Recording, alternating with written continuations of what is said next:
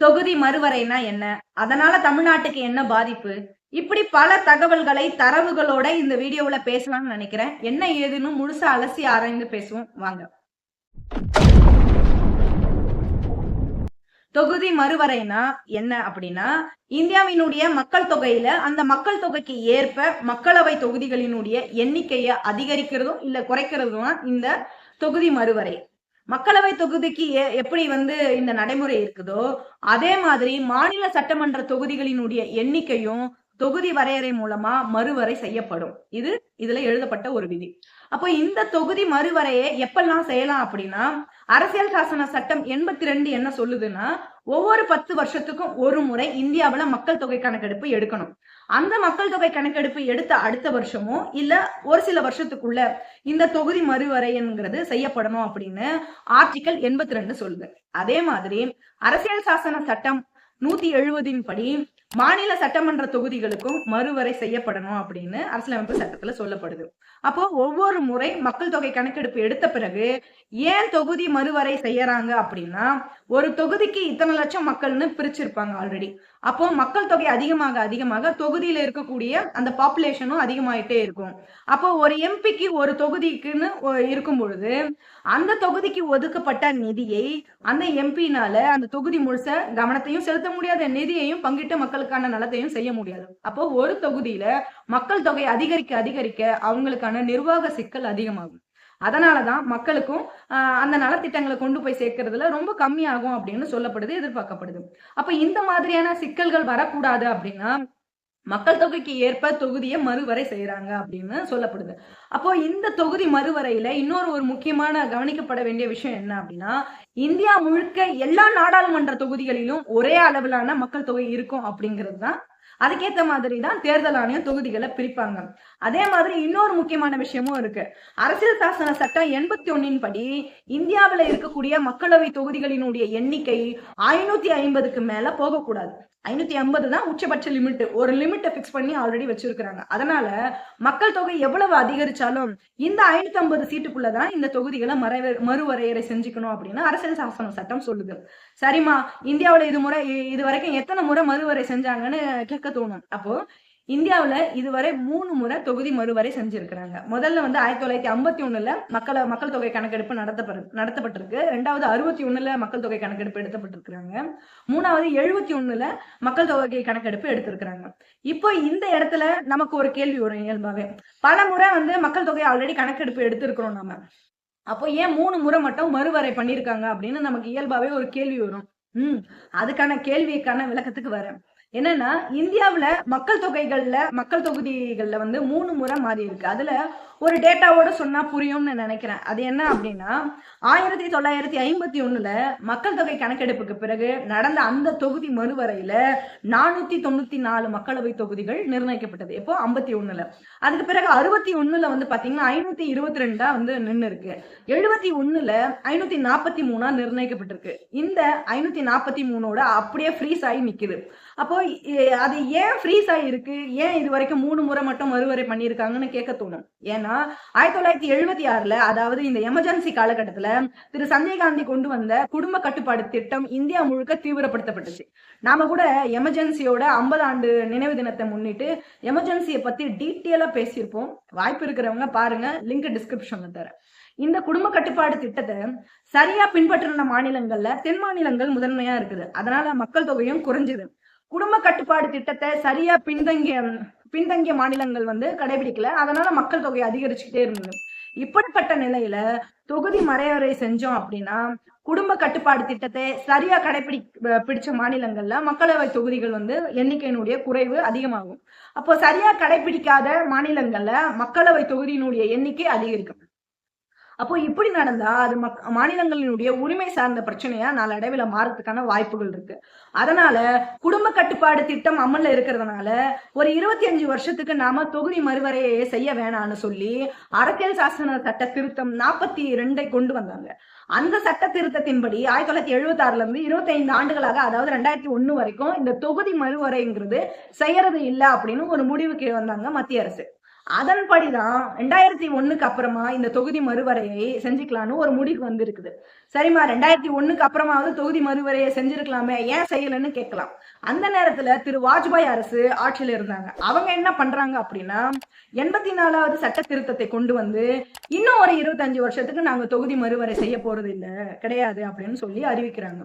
அதன் அடிப்படையில பார்த்தா 2026 வரைக்கும் தொகுதி மறுவரை செய்யக்கூடாது, செய்ய மாட்டாங்க அப்படிங்கிற ஒரு விதி இருக்குது ஆல்ரெடி. அப்போ 2026க்கு பிறகு எடுக்கப்படுகிற மக்கள் தொகை கணக்கெடுப்புக்கு அப்புறமா இந்த தொகுதி மறுவரையே செய்யலாம்னு திரு வாஜ்பாய் அரசு கொண்டு வந்த சட்ட திருத்தம் சொல்லுது. அதன்படி இப்ப வரைக்கும் தொகுதி மறுவரை செய்யவே இல்லை. சரி, இப்ப என்ன பிரச்சனை? 2026 வரப்போகுது. இப்போ மத்திய அரசு தொகுதி மறுவரை செய்யறதுக்கு தயாராயிட்டாங்க. அதுதான் பிரச்சனை. ஏன்னா 1971ல இந்தியாவினுடைய பாப்புலேஷன் 58 கோடி, இப்ப 140 கோடியே அது தாண்டி இருக்கும் அப்படிங்கிறது. கிட்டத்தட்ட 80 கோடி அதிகரிச்சு இருக்கு மக்கள் தொகை. இப்படிப்பட்ட நிலையில குடும்ப கட்டுப்பாட்டை தீவிரமா செயல்படுத்தின தென் மாநிலங்கள்ல, சவுத் இந்தியா மாநிலங்கள்ல மக்களவை தொகுதி குறையறதுக்கும், உத்தரப்பிரதேசம், பீகார் போன்ற குடும்ப கட்டுப்பாட்டை சரியா செயல்படுத்தாத மாநிலங்கள்ல மக்களவை தொகுதிகள் அதிகரிக்கிறதுக்கான வாய்ப்பு இருக்கு. ஆக இது மாநில உரிமைகளுக்கான பிரச்சனையா தான் போய் முடியும். தமிழ்நாட்டுல ஜனநாயக சக்திகளும் தொகுதி வரையறையை செய்யக்கூடாதுன்னு உறுதியா இருக்கிறாங்க, தொடர்ந்து குரல் கொடுத்துக்கிட்டு இருக்காங்க. சரி, தென் மாநிலங்களினுடைய மக்களவை தொகுதி குறையுதுன்னு சொன்னா போதுமா? அதுக்கு ஏதாவது டேட்டா வேணும்ல, அதுக்கான டேட்டாவும் இருக்கு. நான் ஏற்கனவே சொன்ன மாதிரி மக்களவை தொகுதியில உச்சபட்ச லிமிட்டா 550 தொகுதிகள் தான் இருக்கணும், அதை தாண்டக்கூடாது அப்படின்னு அரசியல் சாசன சட்டம் சொல்லுது. இப்போ அந்த 550 சீட்டுக்குள்ள இவ்வளவு பெரிய பாப்புலேஷனையும் நம்ம தொகுதி மறுவரைக்குள்ள கொண்டு வரணும்னா என்ன பண்ணணும்? கடைசியா 71க்கு பிறகு நடந்த அந்த மறுவரையின் போது ஒரு தொகுதிக்கு 10 லட்சம் பேர்னு கணக்கு வச்சுக்கிட்டாங்க. இப்போ 10 லட்சத்துக்கு மேல அதிகரிச்சிருக்கும். அப்படி அதிகரிச்சா என்ன ஆகும்னா, உத்தரப்பிரதேசம், பீகார் போன்ற பெரிய மாநிலங்கள்ல, அதிக மக்கள் தொகை இருக்கிற மாநிலங்கள்ல கூடுதலான தொகுதிகள் உருவாகும். ஆனா தமிழ்நாடு போன்ற குறைவான மக்கள் தொகை இருக்கிற மாநிலங்கள்ல 2-3 தொகுதிகள் குறையறதுக்கான வாய்ப்பு இருக்கு. இதனால தமிழ்நாட்டுல இருக்கிற மக்களவை தொகுதிகள் குறையறதுக்கான வாய்ப்பு வலுவா இருக்குதுன்னு கண்டனங்களை முன்வைக்கிறாங்க. ஒரு உதாரணத்துக்கு சொல்றேனே, இப்போ ஒரு தொகுதிக்கு 10 லட்சம் பேர் இருக்கிறாங்க. ஆனா மக்களவை தொகுதி அதிகரிச்சு நம்ம 550 தாண்டக்கூடாது. அப்ப என்ன பண்ணணும் அப்படின்னா, அந்த ஒரு தொகுதிக்குள்ள இருக்கிற மக்கள் தொகையை அதிகரிக்கணும். 26 லட்சத்துக்கு ஒரு தொகுதிக்கான மக்களவை தொகுதியா நிர்ணயிச்சோம் அப்படின்னா தமிழ்நாடுக்கு 8 தொகுதிகள் இழப்பு ஏற்படுது. இப்ப தமிழ்நாட்டுல 39 தொகுதி இருக்கு, அது 31 ஆகிறதுக்கான வாய்ப்பும் இருக்கு. அதே நேரத்துல உத்தரப்பிரதேசத்துல இந்த மக்கள் தொகை அதிகரிப்புனால 11 தொகுதிகள் எக்ஸ்ட்ரா கிடைக்கிறதுக்கு வாய்ப்பு இருக்கு. பீகார்ல 10 தொகுதிகள் கூடுதலாகவும், ராஜஸ்தான்ல 6 தொகுதி கூடுதலாகவும். இதுதான் தமிழ்நாட்டுல இருக்கிற முக்கியமான பிரச்சனை. அப்போ உத்தரப்பிரதேசத்துல ஆல்ரெடி 80 மக்களவை தொகுதிகள் இருக்கு. அந்த 80ல பெரும்பான்மை எந்த கட்சி ஆட்சி பிடிக்கிறாங்களோ அவங்களுக்கு தான் மத்தியில ஆட்சி அமைக்கிறதுக்கான வாய்ப்பு ரொம்ப அதிகம்னு அரசியல் கணக்கு சொல்லப்படுது. இப்படி இருக்கும் பொழுது உத்தரப்பிரதேசத்தினுடைய மக்களவை தொகுதியினுடைய எண்ணிக்கை அதிகரிச்சுக்கிட்டே போச்சுன்னா அதை மட்டுமே இவங்க கான்சென்ட்ரேஷன் பண்ணுவாங்க, அதுக்காக மட்டுமே ஒர்க் பண்ணுவாங்க, அந்த மாநிலத்துக்கு தேவையானதை மட்டுமே செய்வாங்க. கீழே இருக்கக்கூடிய தமிழ்நாடு போன்ற சவுத் இந்தியா மாநிலங்கள்ல எதை கேட்டாலும் கொடுக்க மாட்டாங்க. ஆல்ரெடி இங்க நிதி பிரச்சனை போயிட்டு இருக்கு. அப்படி இருக்கும் பொழுது தமிழ்நாடு போன்ற மாநிலங்களுக்கான உரிமை இன்னும் குறையறதுக்கான வாய்ப்பு இருக்கு. அப்ப இந்த கூட்டாட்சி தத்துவத்துல தென் மாநிலங்களுக்கான உரிமை எல்லா விதத்திலும் குறுக்கப்படும். அதனால தென் மாநிலங்கள்ல இருக்கிற ஆட்சியாளர்கள் தொடர்ந்து கேள்வி எழுப்பிக்கிட்டு இருக்காங்க, தமிழ்நாடு உட்பட. அப்போ இந்த கேள்விக்கு விளக்கம் கொடுக்கிற விதமா சமீபத்துல தமிழ்நாட்டுக்கு வந்த மத்திய உள்துறை அமைச்சர் திரு அமித்ஷா அவர்கள் என்ன சொல்லியிருக்காங்கன்னா, தமிழ்நாட்டுக்கு ஒரு மக்களவை தொகுதி கூட குறையாது, அப்படிப்பட்ட வகையில தான் நாங்க மறுவரைய பண்ணுவோம்னு சொல்லி ஒரு வாக்குறுதியை கொடுத்துட்டு போனாரு தமிழ்நாட்டுக்கு திரு அமித்ஷா சொன்னது எப்படி சாத்தியம்? 550 தொகுதிகளை தாண்ட முடியாது அப்படின்னா கண்டிப்பா தமிழ்நாட்டுக்கான சீட்டு குறைஞ்சுதானே ஆகணும் அப்படிங்கிற ஒரு கேள்வி இயல்பாவே வரும். அப்ப திரு அமித்ஷா என்ன அர்த்தத்துல சொன்னாரு அப்படின்னு தெளிவா பார்த்தோம் அப்படின்னா நமக்கு இது புரியும் அப்படின்னு நான் நினைக்கிறேன். மக்கள் தொகை அதிகரிச்சிருக்கு, அப்போ மக்கள் தொகை அதிகரிப்புக்கு ஏற்ப மக்களவை தொகுதியினுடைய எண்ணிக்கையும் அதிகரிச்சிருவோம். அப்போ யாருக்குமே இழப்பு ஏற்படாது இல்ல அப்படின்னு சொல்றதுதான் அவருடைய நோக்கமா நான் புரிஞ்சுக்கிறேன். அதுதான் அதனுடைய அர்த்தமாவும் நான் எடுத்துக்கிறேன். அப்போ அவர் சொல்ற அர்த்தம் படியே வருவோம் வச்சுக்கோங்களேன்.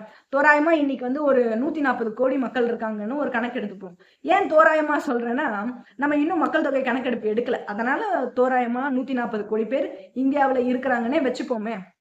மொத்தம் 848 தொகுதிகள் வரும் ஒருவேளை அப்படி பண்ணோம் அப்படின்னு அமித்ஷா சொன்ன கணக்குப்படி பண்ணா. அதன் அடிப்படையில திரு அமித்ஷா சொல்ற மெத்தட்ல தொகுதி மறுவரை செஞ்சோம் அப்படின்னா தமிழ்நாட்டுக்கு கூடுதலா 10 தொகுதிகள் வரும். அதே நேரம் உத்தரப்பிரதேசத்துல 63 தொகுதிகள் வரும். மொத்தமா 80ல இருந்து 143 தொகுதிகளா உத்தரப்பிரதேசம் மாறும். பீகாருக்கு 39ல 79 அதிகரிக்கும். அப்ப ராஜஸ்தான் ஆல்ரெடி 25 இருக்கு, 50 சீட்டுகள் எக்ஸ்ட்ரா கிடைக்கும். இங்க நாம ஒண்ணு கவனிக்கணும். என்ன அப்படின்னா இதுக்கு முன்னாடி விலக்கி இருப்பேன், தமிழ்நாட்டுல 8 சீட்டு குறையுது. ஆனா அமித்ஷா சொன்ன விதத்துல பார்த்தா அப்படின்னா தமிழ்நாட்டுல 10 சீட்டு அதிகரிக்கிறது. இது ரெண்டுமே கிட்டத்தட்ட ஒண்ணுதான். ஏன் அப்படி சொல்றேன் அப்படின்னா இதுக்கு முன்னாடி 39 சீட்ல தமிழ்நாட்டு இருந்துச்சு. அப்போ உத்தரப்பிரதேசத்துக்கு 80 சீட்டுகள் இருந்துச்சு. கிட்டத்தட்ட 2 மடங்கு, ஆல்ரெடியே 2 மடங்கு அதிகமா இருக்கு. இப்போ அமித்ஷா சொல்றது படி பார்த்தோம் அப்படின்னா தமிழ்நாட்டுக்கு 10 சீட்டு அதிகரிச்சு 49 சீட்டு கிடைக்கும். ஆனா அதே நேரத்துல உத்தரப்பிரதேசத்துல 143 சீட்டு கிடைச்சிடும். கிட்டத்தட்ட தமிழ்நாட்டுக்கு கிடைக்கிற சீட்டை விட 3 மடங்கு அதிகம், 2 மடங்குல அப்படி அதிகரிச்சு அங்க போயிடும். யோசிச்சு பாருங்க, தமிழ்நாட்டுல ஆல்ரெடி டாக்ஸ் கட்டுறதுல முன்னிலை மாநிலமா இருக்கு. ஆல்ரெடி நமக்கு கொடுக்கிற டாக்ஸுக்கு ரொம்ப குறைவான தொகை தான் திருப்பி வந்துகிட்டு இருக்கு அப்படிங்கிற ஒரு குற்றச்சாட்டு வலுவா தமிழ்நாட்டுல வச்சுக்கிட்டு இருக்கிறோம். ஆல்ரெடி நம்ம கட்டிக்கிட்டு இருக்கிற அந்த டாக்ஸ் எல்லாமே உத்தரப்பிரதேசம், பீகார் போன்ற பின்தங்கிய மாநிலங்களுக்கு கொடுத்துக்கிட்டு இருக்கிறாங்க. அப்போ 49 தொகுதியை வச்சுக்கிட்டு நாம அதிக வரியை கொடுப்போம். ஆக அதிகமான வரியை நம்ம கிட்ட இருந்து எடுத்துக்கிட்டு இருப்பாங்க. இப்படி ஒரு சுச்சுவேஷன் வந்ததுன்னா தமிழ்நாடு போன்ற தென் மாநிலங்களும் இல்ல எந்தெந்த மாநிலங்களுக்கு எல்லாம் சீட்டு குறைஞ்ச அளவுல சீட்டு இருக்குதோ, அதாவது அதிகரிச்சிருக்கோ, அவங்க எல்லாருக்குமே இதுல பெரிய பாதிப்பு ஏற்படும். இதுல மத்திய அரசினுடைய இன்னொரு விதிமீறல் இருக்கு. அது என்ன அப்படின்னா திரு வாஜ்பாய் அரசாங்கத்துல 84வது சட்ட திருத்தம் கொண்டு வரும்போது என்ன சொன்னாங்க, 2026க்கு பிறகு நடக்கிற முதல் மக்களவை கணக்கெடுப்புக்கு பிறகுதான் தொகுதி மறுவரையறை செய்யப்படும் அப்படின்னு சொன்னாங்க.